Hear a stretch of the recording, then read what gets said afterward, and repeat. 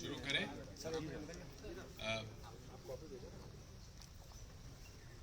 आदरणीय मेधा जी, आदरणीय सभी साथियों,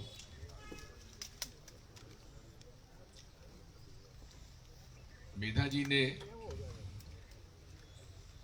नर्मदा जी के ऊपर और विशेषकर मान से प्रभावित होने वाले परिवारों के लिए जो काम किया है वो अद्वितीय है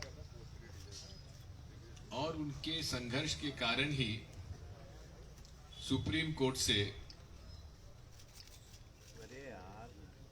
पीड़ित परिवारों को लाभ भी मिला है। फर्जी रजिस्ट्रियां हुई, दलाली हुई, अधिकारी कर्मचारियों को जस्टिस झा साहब के कमीशन ने दोषी पाया प्रमाण सहित, लेकिन आगे कुछ कार्रवाई नहीं हुई है। तो मैं चाहूंगा, प्रार्थना करूंगा मेधा जी से कि वे विस्तार से इस विषय पर आपसे चर्चा करें और उसके बारे में क्या आगे हम लोगों को करना है वो आपको बताएंगे। बहुत बहुत धन्यवाद।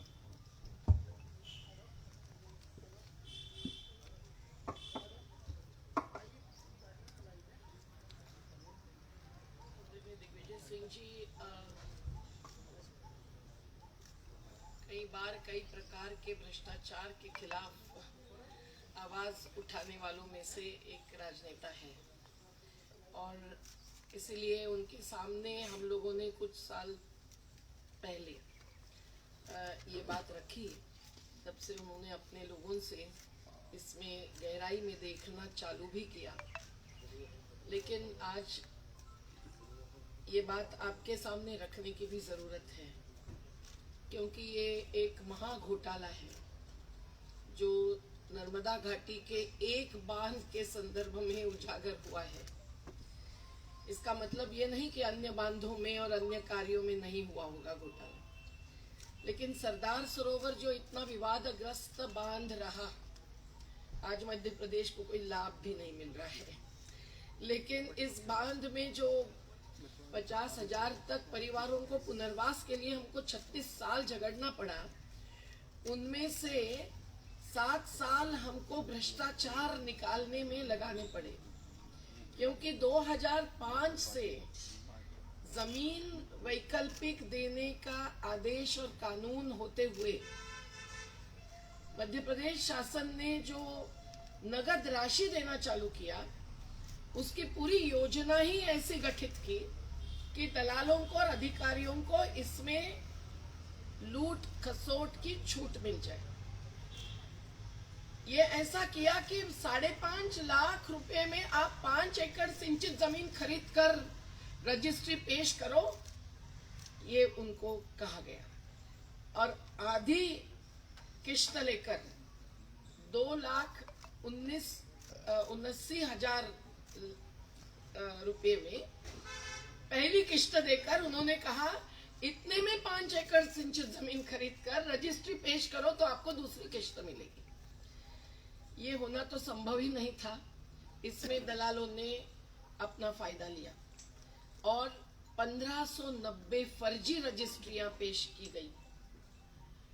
जब हमको पता चला तो सूचना के अधिकार का कानून जो कि बना पिछले केंद्र सरकार के ही सत्ता में होते हुए, उसके तहत रजिस्ट्रियां निकालकर गांव-गांव जाकर एक एक जमीन मालिक को और क्रेता विक्रेता को मिलकर हमारे किसानों के समुदाय ने जो किया उसके लिए उनको अवार्ड भी मिल गया।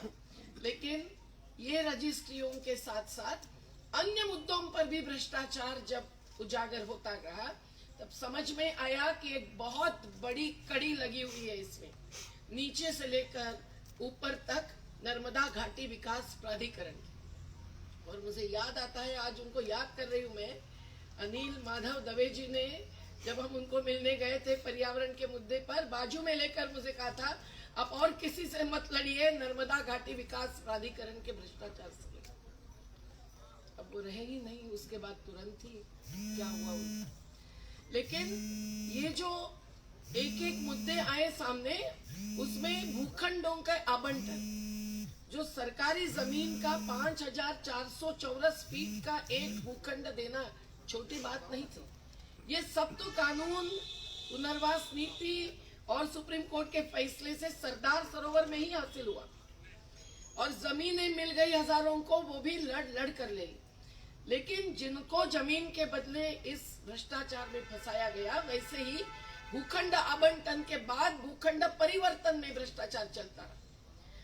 जो प्रकार के अनुदान देने हैं, वो अनुदान आजीविका अनुदान, जिससे कि आजीविका के साधन खरीदने थे, उसका कोई रिकॉर्ड न रखते हुए, न जांचते हुए अनुदान का बंटवारा हुआ। इसमें भी बड़ा घोटाला हुआ। और एक बहुत बड़ा घोटाला जो मानित भोपाल और आईआईटी मुंबई ने उजागर किया है, वो हुआ निर्माण कार्य में पुनर्वास स्थलों की। और ये सब उजागर करने का काम कैसे हुआ?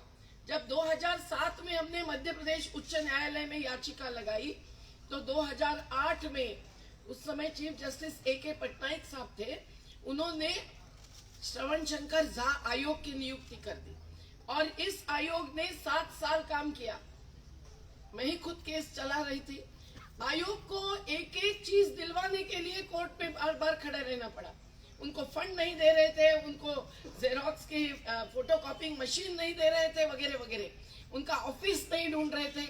इस सब के बावजूद 7 साल डटकर काम किया, हजारों के इंटरव्यूज लिए, क्रेता विक्रेता आमने सामने, हम लोग भी आमने सामने, एनवीडीए और नर्मदा बचाओ आंदोलन के।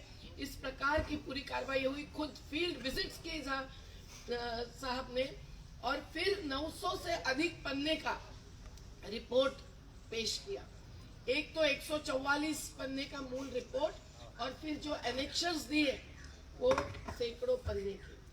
आज अगर ये रिपोर्ट पर कार्रवाई होती तो सैकड़ों लोग जेल में चले जाते। इस झा आयोग के रिपोर्ट ने पूरी बात उजागर कर दी है।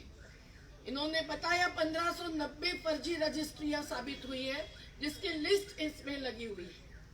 5 प्रकार की रजिस्ट्रियां हुई, जिसमें कहीं जमीन अस्तित्व में ही नहीं थी। किसी एक व्यक्ति ने अपने ही परिवार की जमीन 87 बार बेची। सरकारी जमीन निजी बताकर बेची गई, पहले बेची गई जमीन दोबारा बेची गई, कम जमीन थी ज्यादा समझकर बेची गई, माँ और बेटी के बीच में ही रजिस्ट्री हुई, ऐसा दिखाई दिया। तो ये सब करने में एक दलालों का जो जत्था लगा हुआ था, उनकी भी सूची 186 दलालों की यहाँ लगी हुई है। और इसमें पटवारियों की संख्या कितनी है, इसमें भू अर्जन और पुनर्वास अधिकारियों की संख्या है, ये दलालों की सूची, ये है सूची। दलालों की सूची में 32 पटवारी है, 186 लोग, बिल्कुल 186 दलालों की सूची लगी हुई है। और उसी दलाल में से एक नहीं। हाँ, वो तो बताती हूँ आज की स्थिति। इसमें भू अर्जन अधिकारी, जो पुनर्वास अधिकारी भी होते हैं, उनमें से 3 हैं, तहसीलदार हैं, अधिवक्ताएं हैं, टाइपिस्ट है, क्लर्क है, प्यून्स है, स्टैंप वेंडर्स है, जो तहसील कार्यालय के बाहर बैठते हैं। ये सब के नाम जद सूची में सम्मिलित है। और ये होते हुए भी इन्होंने क्या किया, फर्जी रजिस्ट्रियों के नामांतरण भी कई हो चुके।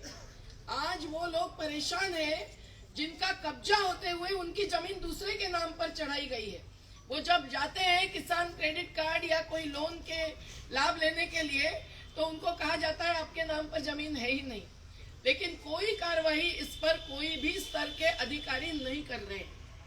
दूसरी बात कि फर्जी रजिस्ट्रियों के बाद भी हम लोगों ने सुप्रीम कोर्ट में जब याचिका लगाकर, जिन्होंने जमीन नहीं ली थी, नहीं मिली थी क्योंकि बंजर थी और पैसा भी पूरा नहीं निकाला था, उनको तो 60 लाख दिलवाया 5.5 लाख के बदले 2017 में, जो 900 करीबन लोगों को मिला है। सैकड़ों अभी भी बाकी है जिनकी पात्रता है 60 लाख की। ऐसे फंसाए गए लोग, क्योंकि झा कमीशन का निष्कर्ष है फर्जी रजिस्ट्रियों के बारे में कि दलाल और अधिकारियों के गठजोड़ से ये हुआ है, विस्थापितों को फंसाया गया है। तो विस्थापितों को 15 लाख मंजूर किए। सुप्रीम कोर्ट ने 8 फरवरी 2017 के आदेश में जस्टिस कहर साहब चीफ जस्टिस ने कहा, मैं पंजाबी किसान हूँ, मैं जानता हूँ किसानों का दर्द, जो किसान आंदोलन ने साबित कर दिया।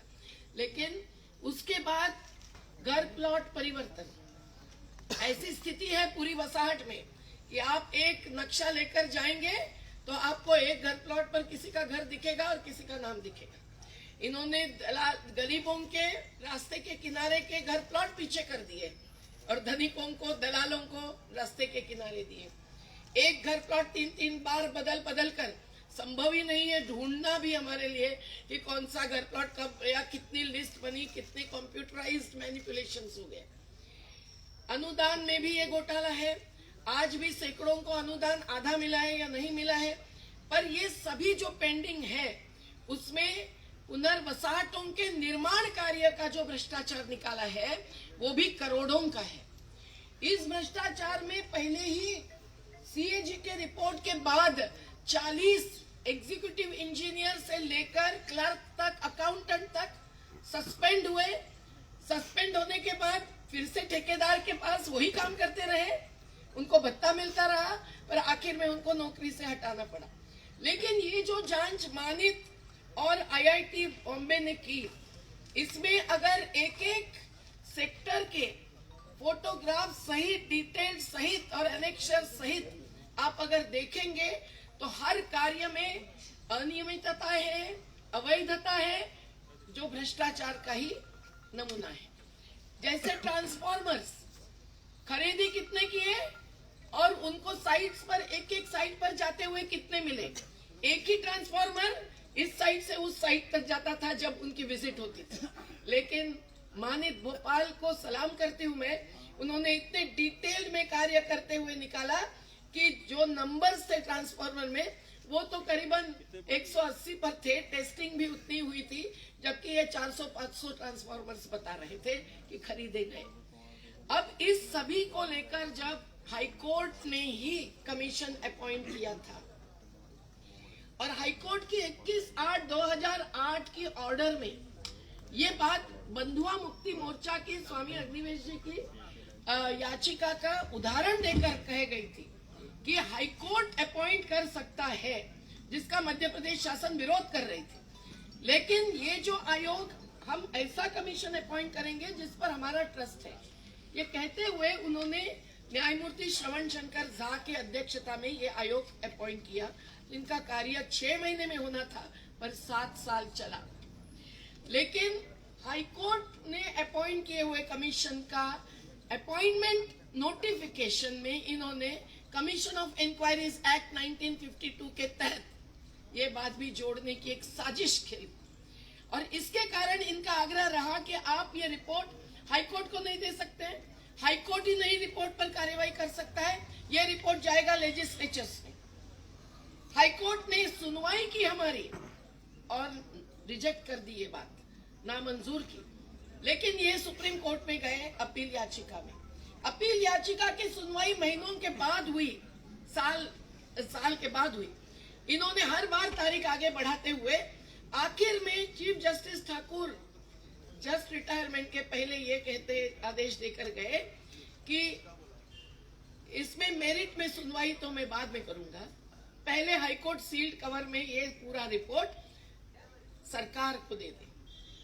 अब जो पार्टी टू द कॉन्फ्लिक्ट थे, जिनके कर्मचारी, अधिकारी, नुमाइंदे, ये सब दलाल भी उनके ही नुमाइंदे थे, ये सब दोषी थे, उन्हीं के हाथ में ये रिपोर्ट दिया। उन्होंने लेजिस्लेचर को दिया क्योंकि उन्होंने ये आर्ग्यू किया था कि कमीशन ऑफ इंक्वायरीज एक्ट के तहत कोई भी होती है तो लेजिस्लेचर में जाती है। विधानमंडल में आज भी पड़ा हुआ है जुलाई 2016 से। लेकिन धूल खात पड़ते हैं ऐसे कई सारे रिपोर्ट्स, ये आप भी जानते होंगे। इस पर आज तक बहस नहीं हुई, आज तक कोई कार्यवाही के आदेश विधानमंडल से तो आए नहीं। इन्होंने केवल एक, सुप्रीम कोर्ट ने लेकिन ये भी कहा कि कार्य योजना बनाए और कार्यवाही के बाद एक्शन टेकन रिपोर्ट दिए। ये इन्होंने कभी भी सुप्रीम कोर्ट में पेश नहीं किया। क्योंकि उसकी कॉपी हमको देनी थी, हमको तो नहीं दी। और आखिर में जो फैसला आया 2017 का 60 लाख दे दो, 15 लाख दे दो, उसमें सभी संबंधित आईएएस निरस्त करने के कारण इन्होंने ये मान लिया कि ये भी खत्म हो गया। लेकिन भ्रष्टाचार खत्म नहीं होता है, वो सालों के बाद भी निकलता है। ऐसे घोटाले आपने देखे, और इस भ्रष्टाचार को आज भी जारी रखा है दलालों ने, ये भी महत्व की बात है। एक उदाहरण के रूप में आपके सामने हम लोगों ने एक प्रेस कटिंग लगाई है। एक घर प्लॉट निसरपुर, जो ब्लॉक लेवल का एक बड़ा गांव, उसमें एक घर प्लॉट संतोष पाटीदार नाम के एक बड़े से बड़े दलाल ने कितनी बार बदला, कैसे बदला, और खुद के साले के नाम पर अभी कैसे चढ़ाया, और घर बांध कर हुआ तो भी अभी वो घर निरस्त करने को, डिमोलिश करने को आदेश दिया जाता है। कैसे करेगी एक विधवा महिला? इस प्रकार के बहुत सारे दलाल आज भी सक्रिय हैं। और अभी लेटेस्ट हकीकत ये भी है कि एक बाजू गुजरात से आर्बिट्रेशन चल रहा है, 7-8 हजार करोड़ मध्य प्रदेश मांग रही है, क्योंकि न बिजली मिली न पानी पर अधिकार है। ये सब होकर 36 साल हमारा भी संघर्ष होकर पुनर्वास में आगे बढ़े पर लाभ हानि का ब्यौरा क्या है, इस पर आपके कोई इंटरेस्टेड होंगे तो मैं सभी कागजात पेश करूंगी कि कोई लाभ नहीं मिल रहा है। गुजरात में फंसाया है और इन्होंने खुद को फंसवाया भी है। लेकिन आज तक दलाल सक्रिय होते हुए पुनर्वास अधिकारियों को बाजू में कर दिया और सभी एसडीएम को ही कार्य दिया। और एसडीएम सभी कहते हैं कि हम तो समय दे ही नहीं सकते, हम वैक्सीनेशन में लगे हैं, हम इसमें लगे हैं, हम चुनाव के परिसीमन में लगे हैं, तो हम कैसे काम करें। और एसडीएम खुद निर्णय भी नहीं ले सकते हैं, क्योंकि इंदौर में बैठे हैं, भोपाल में बैठे हैं एनवीडीए के सभी अधिकारी। लेकिन एनवीडीए के कुछ अधिकारी जो इस सभी कार्य में प्रमुख भूमिका निभाते थे, वो मानिक के भोपाल के रिपोर्ट तक बहुत सारे आक्षेप उठाते रहे, पर उस सब की सुनवाई के बाद जो रिपोर्ट आए हैं उस पर कार्यवाही के बारे में क्या कर रहे हैं, किसी ने रोका नहीं है। हाईकोर्ट ने भी कहा कि कोई रोक नहीं है आपके ऊपर कार्यवाही से। अगर करोड़ों रुपयों का चुना लगाया गया सरकारी तिजोरी में, वो चाहे गुजरात से आया पैसा हो, चाहे राज्य की तिजोरी से गया हो, ये विस्थापितों के भी ऊपर अन्याय है, राज्य के भी अहित में है, और ये भ्रष्टाचार का एक अति उत्तम नमूना है जो हर विस्थापन और पुनर्वास में होता है तो लोग विस्थापन विरोध करते हैं। लेकिन इन्होंने एक ये पत्र भेजा 5 अगस्त 2016 को, क्योंकि सुप्रीम कोर्ट ने कहा था कि 6 हफ्ते में आप पेश करो, लेकिन इन्होंने केवल ये पत्र लिखा हुआ हमारी जानकारी में है। ये पत्र में इन्होंने जांच की जिम्मेदारी किसको दी? आयुक्त इंदौर और एनवीडीए के ही भू अर्जन पुनर्वास अधिकारी के ऊपर सौंपा एफआईआर दाखिल करने का काम, जबकि जिनमें से 3 नाम तो आए ही थे 6 तहसीलों में से, लेकिन वही मुख्य तहसील थे। और इन्होंने एमपीईबी पर सौंपा, जो ट्रांसफार्मर खरीदी वगैरह की जांच का मामला। तो साथियों, ये सब साजिश रही है करोड़ों रुपयों का घोटाला दबाने की, और इसके कारण आज भी पुनर्वास के कार्यालय दलालों के लिए खुले हैं। और जो दलालों को पैसा पहले ही देगा 50,000 से 5 लाख तक भी, उसकी तत्काल फाइल ऊपर आएगी। इस प्रकार का एक घोटाले का कारोबार चल रहा है। और इसीलिए ये कहना चाहते हैं कि आप में से जो भी इसके गहराई में उतरना चाहेंगे, हमारे पास 900 पन्ने की रिपोर्ट्स है, सभी एनेक्शर्स है, सभी डॉक्यूमेंट्स है, और आप फील्ड में आकर भी कभी अंदाज ले सकते हैं कि हुआ क्या है। जितने भी थोड़े से एफआईआर दाखिल हुए वो विस्थापितों के खिलाफ, एक हाथ सब रजिस्ट्रार पर दाखिल हुए, जबकि फर्जी रजिस्ट्रियां करने के पहले कागजात चेक न करने के लिए दोषी कौन? पटवारी जबकि अपने पेश करते थे, प्रस्तुति करते थे, तो दोषी कौन? रजिस्ट्रार के कार्यालय रात को और शाम को खुले रहते थे, हमारे लोग जाकर वहां हाजिर होते थे, दोषी कौन? और पूरा कारोबार उजागर होने के बाद 7 साल जब जांच चल रही थी, तब भी इसको रोका नहीं गया, तो दोषी कौन? और आज ऐसी स्थिति है कि कई सारे विस्थापित भी फंसाए गए और कई सारे जमीन मालिक भी फंसाए गए। तो इसके आज भी जांच क्यों नहीं हो सकती है, ये हमारा सवाल है। विधानमंडल में बहस क्यों नहीं उठ सकती है? विधानमंडल से संसद तक यही हम कहने के लिए आए थे, क्यों नहीं उठ सकती है सवाल उनकी खैरात? और क्यों नहीं मध्य प्रदेश शासन आप सबके और हमारे सामने भी पेश कर सकती है एक्शन टेकन रिपोर्ट कि क्या कार्रवाई हुई, किस आधार पर हुई? यही सवाल है। आपके कुछ सवाल होंगे, उसके पहले दिग्विजय सिंह जी अपना वक्तव्य दे दें। इरफान धन्यवाद। जी भी हैं। धन्यवाद मेधा जी। बात यह है कि पूरी सरकार दलालों से, भ्रष्ट अधिकारी कर्मचारियों के माध्यम से चल रही है और शिकायत होती है, दबा दी जाती है। ये एक ऐसा प्रकरण है, मैं बधाई देता हूं जस्टिस झा को, उन्होंने भ्रष्ट अधिकारी कर्मचारियों के नाम भी लिख दिए सप्रमाण। यही नहीं, दलालों के नाम भी लिख दिए, नाम पते के साथ। लेकिन सरकार ने क्या किया? सरकार ने 5 अगस्त 2016 को ऑर्डर निकाला कि ये कार्रवाई कमिश्नर इंदौर करेंगे और लैंड एक्विजिशन ऑफिसर जिन्होंने की खुद ने मिलकर और भ्रष्टाचार किया है, उन्हीं को जवाबदारी दी गई है कि आप जाकर एफआईआर कराइए।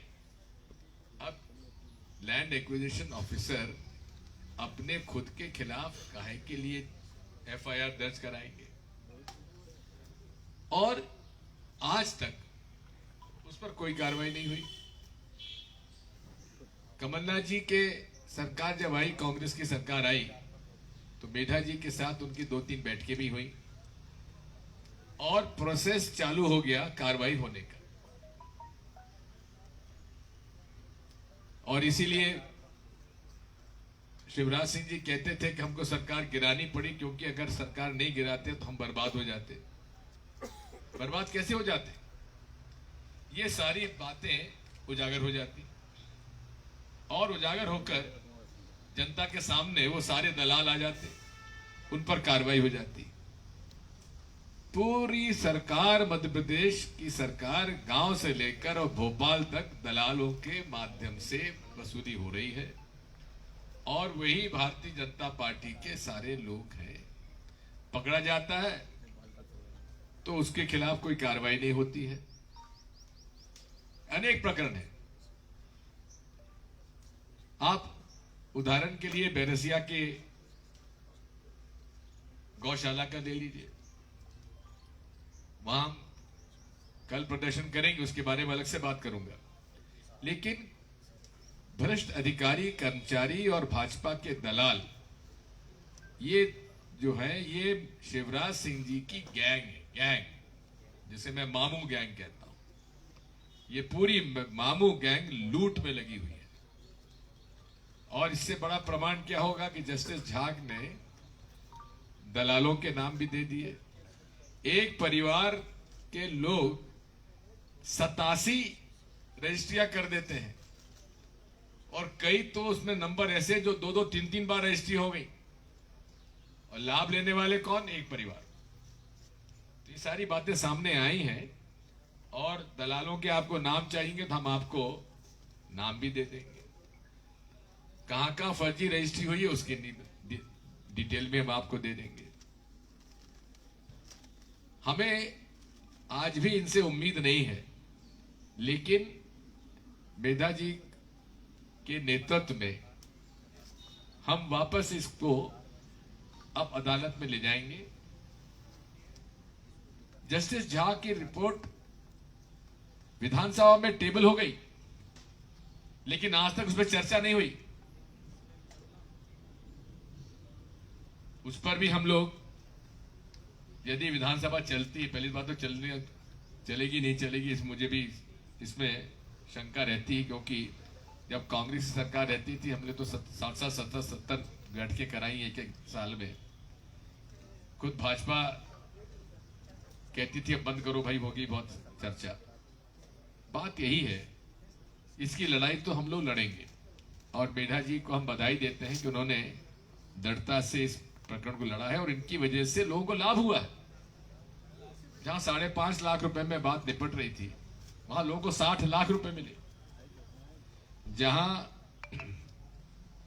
जिनकी फर्जी रजिस्ट्रियां हुई उनको 15.5 लाख रुपए अलग से दिए गए।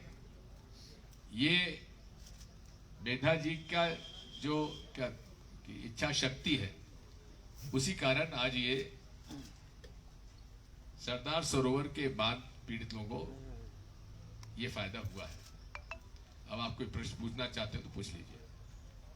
चलो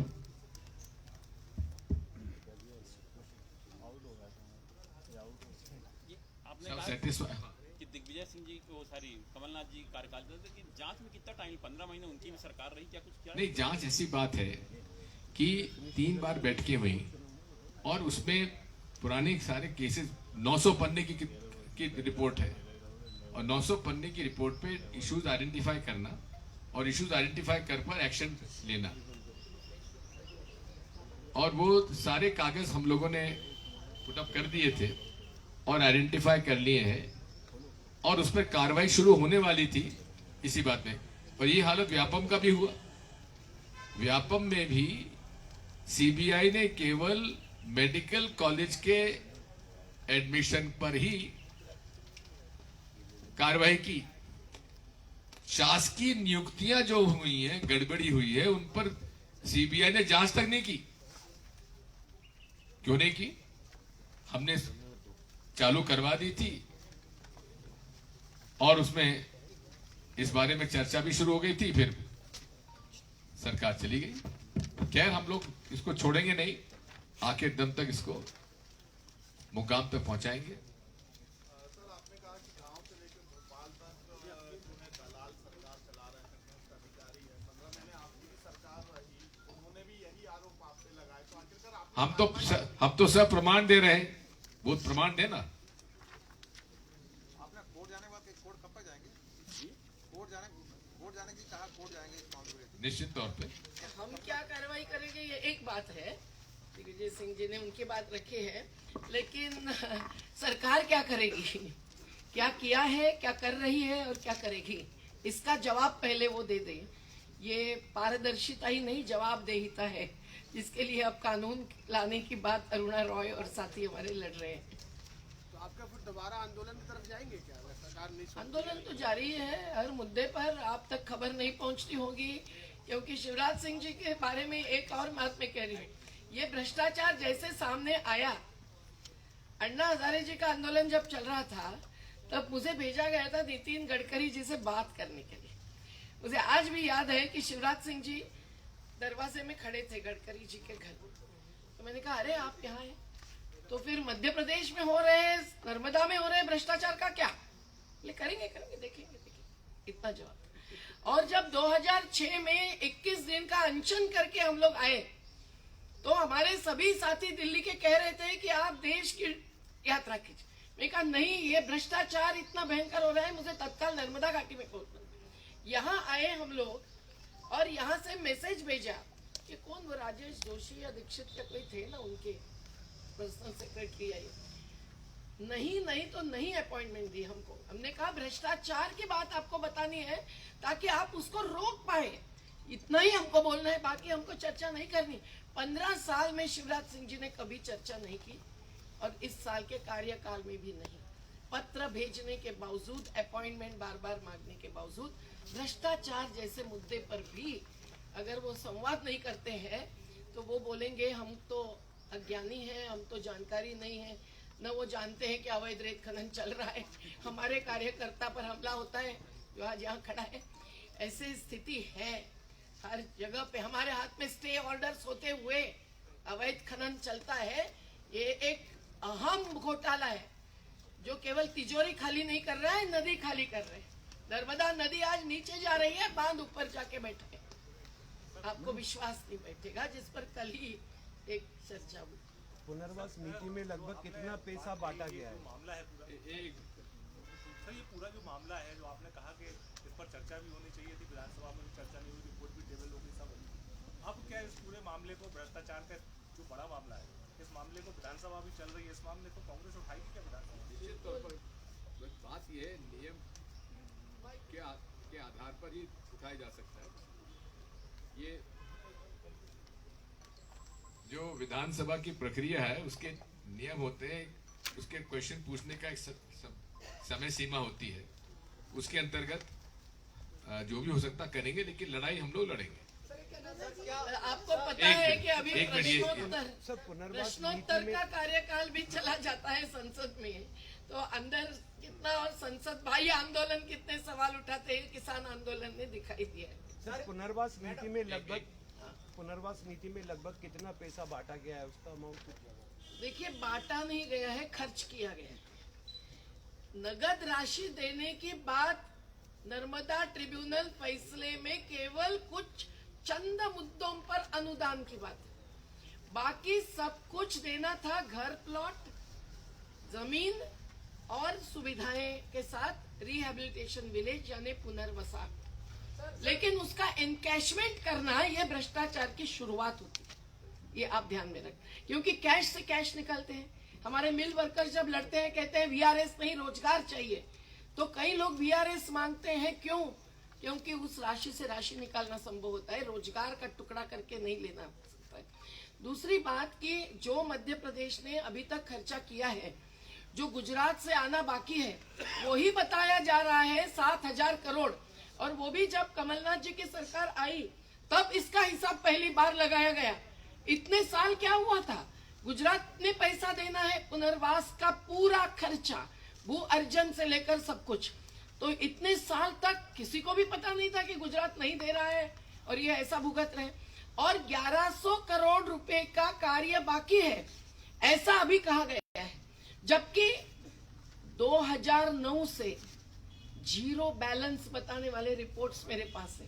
सुप्रीम कोर्ट में जीरो बैलेंस पुनर्वास में ये बताया जाता था, जिसके बाद ये 60 लाख देने पड़े, ये हजारों घर प्लॉट देने पड़े, पुनर्वसाहटें बनी, ये सब बातें सभी एक भ्रष्टाचार के साथ अत्याचार भी करने वाली बातें हैं विस्थापितों पर।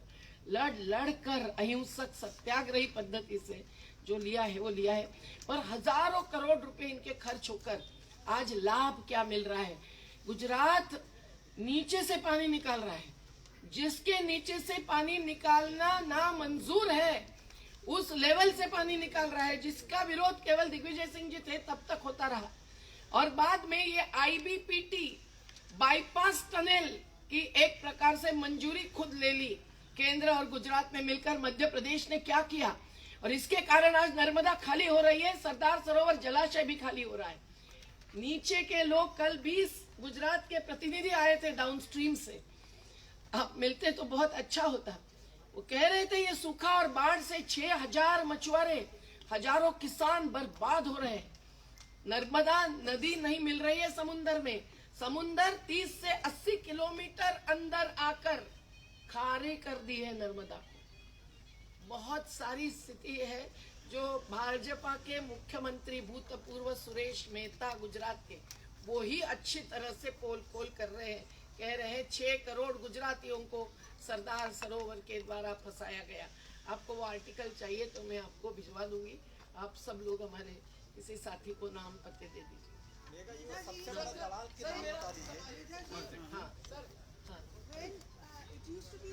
महिला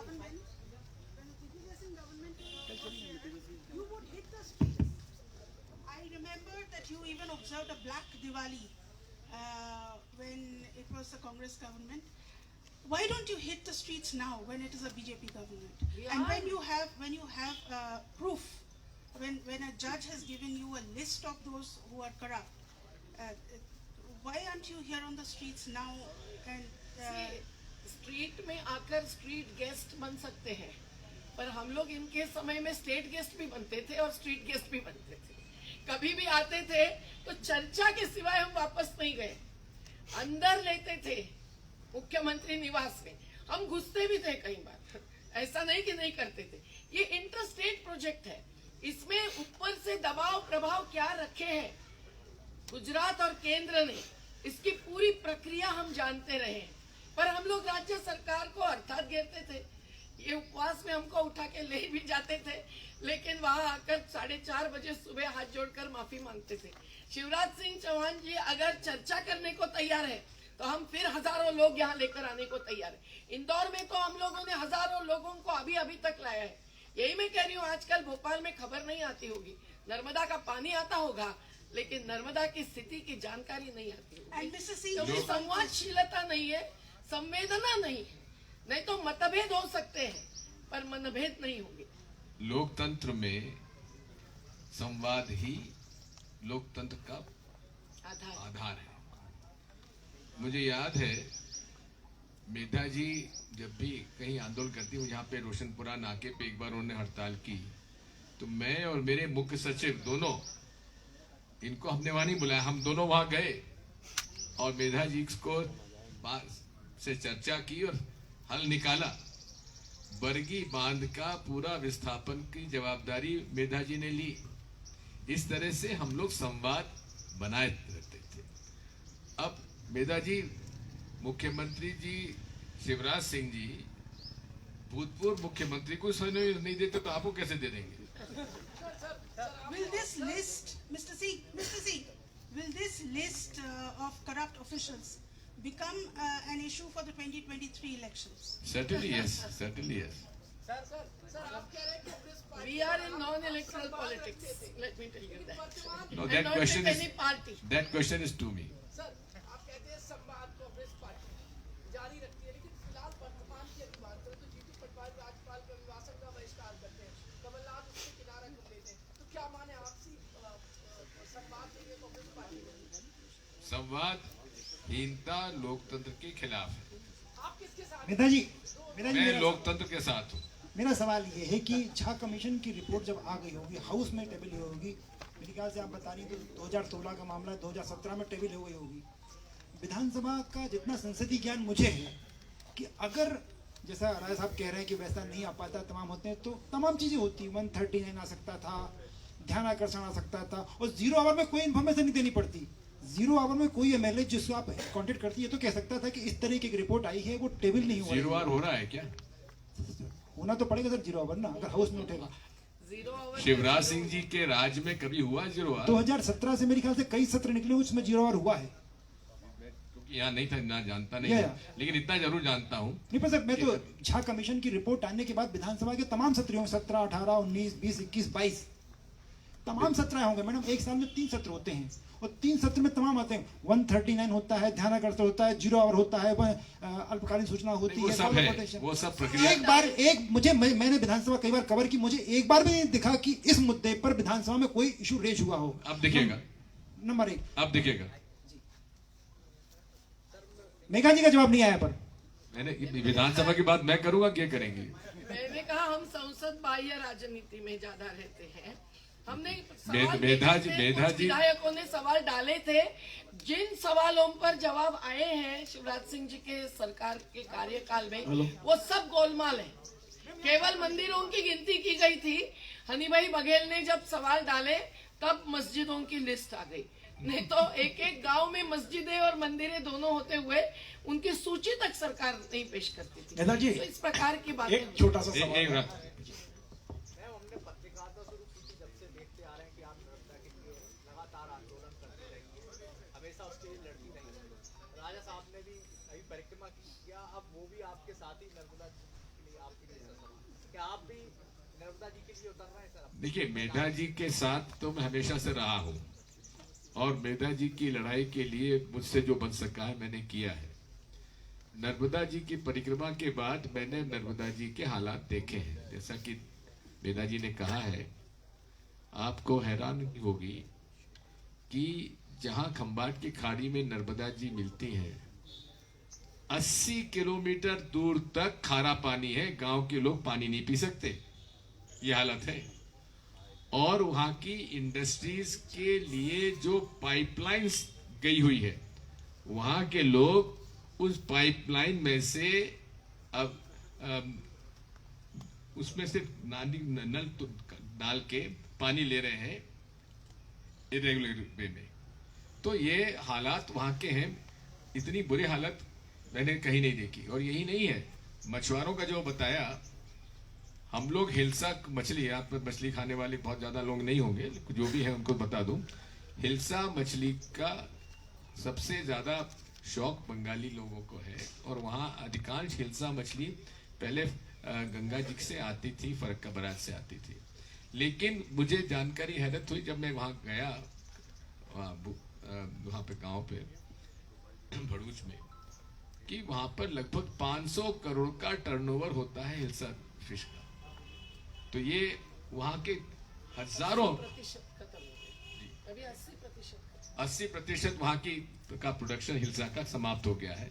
लगभग 6000 मछुआरे वहाँ बेरोजगार हो चुके हैं।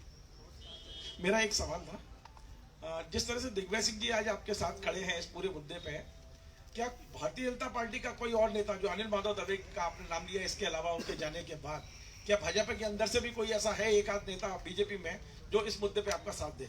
अभी तक कोई नहीं है। अभी दिखता तो नहीं है, हो तो सामने आए हम। नहीं, वो माट साहब अभी परिक्रमा कर रहे हैं, उत्तम स्वामी जी के साथ वो करेंगे। सर, महासिक मछली जो थी 30% से 20 से 2 सालों में 2% बची है, क्या नर्मदा बचाओ आंदोलन उसके लिए कुछ कदम उठाएगा? हमारे तो फिश वर्कर्स के अधिकार के लिए संघर्ष सालों से चलकर आज 32 कोऑपरेटिव सोसाइटीज है मध्य प्रदेश में, 20 महाराष्ट्र की है। इसमें भी विवाद चल रहा है। हम लोग चाहते हैं कि हमारे फेडरेशन को मंजूरी दी जाए। हमने मत्स्य महासंघ में आकर सैकड़ों लोगों ने चर्चा की थी, लेकिन वहां भी जब माफिया जैसे कॉन्ट्रैक्टर को ही लगाया जाता है, तब स्थानिक मछुआरों को प्राथमिकता देने की मत्स्य व्यवसाय नीति होते हुए भी दिग्विजय सिंह जी के समय ही जो बनी थी, क्योंकि बरगी में 54 कोऑपरेटिव्स बनी, हमको लड़ना पड़ा, जेल भी जाना पड़ा, लेकिन आखिर दिग्विजय सिंह जी ने फेडरेशन को उस जलाशय पर अधिकार दिया। फिर माफिया भी होते हैं, फिर अधिकारी भ्रमित करते हैं, लेकिन आज भी हमारी मांग प्रलंबित है कि हमको ही अधिकार दिया जाए। और ये जरूरी है क्योंकि माफिया जैसे ठेकेदार 24 रुपए 30 रुपए किलो से मछली खरीद कर बाहर जाकर 200 और 300 रुपए में बेचते हैं, साल भर में 50 करोड़ का मुनाफा कमाते हैं।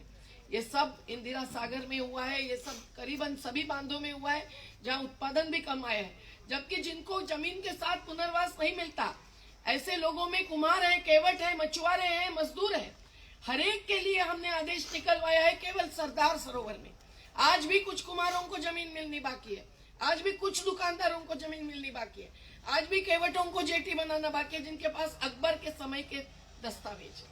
तो लड़ाई 37 साल के बाद भी जारी रखे, जबकि 50,000 परिवारों का पुनर्वास अब देखेंगे तो गांव के नगर बन गए। ये भी है, पर आज भी सुविधा गुणवत्ता में कम है, आज भी सुविधा बाकी है। हम कानूनी और मैदानी लड़ाई जारी रखे हुए। मेधा जी नमस्कार, मैं SD वीरेंद्र ITDC न्यूज़। आपसे निवेदन है कि जैसा आपके प्रेस नोट और आपके द्वारा दी गई वार्ता के दौरान आपने बताया कि आपको अभी तक इस मुद्दे पर समय ही नहीं मिल रहा शिवराज सरकार से, तो क्या आप इसको ये मानते हैं कि वो आपके इसमें, जैसे आपने करप्शन का मुद्दा भी बहुत स्पष्ट उठाया है और इसके प्रमाण भी दिए हैं, तो आपको लगता है कि सरकार शिवराज इस समय आपके साथ इस मुद्दे पर संजीदा ही नहीं है? आप क्या सोचते हैं? क्या नहीं है? संजीदा यानी सिंसियर और अटेंटिव इस समय। अर्थात संवाद नहीं तो कर ही देते, आज भी करे तो हम यहाँ से ही शामला इस पर ही तो है, हम जाने को तैयार है। क्योंकि सिंह साहब जैसा कह रहे हैं, संवाद पहली जरूरत है लोकतंत्र संभालने की। बिल्कुल भी मानते हैं, संघर्ष के बावजूद संवाद हमने कभी नहीं रोका। अमर सिंह चौधरी जी थे तब भी संवाद हुआ, हर प्रधानमंत्री के साथ संवाद हुआ, केवल एक नरेंद्र दामोदर दास मोदी जी छोड़। मैडम इसी से संबंधित है, क्या शिवराज जी दबाव में है, इस वजह से आपसे संवाद नहीं कर? क्या पता, अभी आप ही सवाल उनको जाकर पूछिए। मेधा जी, दलालों का दबाव है, भ्रष्ट अधिकारियों का दबाव है। आप सबसे बड़ा दलाल बताने वाले थे, सबसे बड़ा दलाल भी बताने वाले थे। 186 दलालों में से इसमें सबसे बड़ा दलाल जी, उसमें बहुत ज्यादा कंपटीशन है, हम छांटनी कर रहे हैं। मेधा जी, मेरा एक सवाल ये है कि 1.25 साल कमलनाथ जी की सरकार रही, 2003 के बाद से बीजेपी की सरकार आई, 2003 से लेके 2018 तक नर्मदा बचाओ आंदोलन के तमाम कार्यकर्ताओं नेताओं पे सैकड़ों मुकदमे हुए, बहुत दमन हुआ। 1.25 साल की कमलनाथ सरकार ने उस मामले में क्या किया?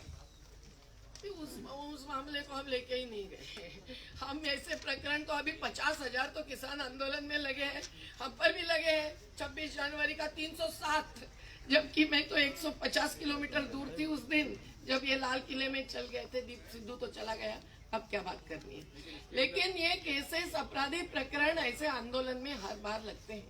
कोई 144 के होते हैं, नहीं कोई होते हैं, हम उससे डरते नहीं है और कोर्ट से हम बरी हो जाते हैं। आज हमारे एक किसान हैं जिन पर 184 प्रकरण लगे थे, अब 4 बचे हुए हैं। निरपराध है, सब जानते हैं, कोर्ट भी समझता है।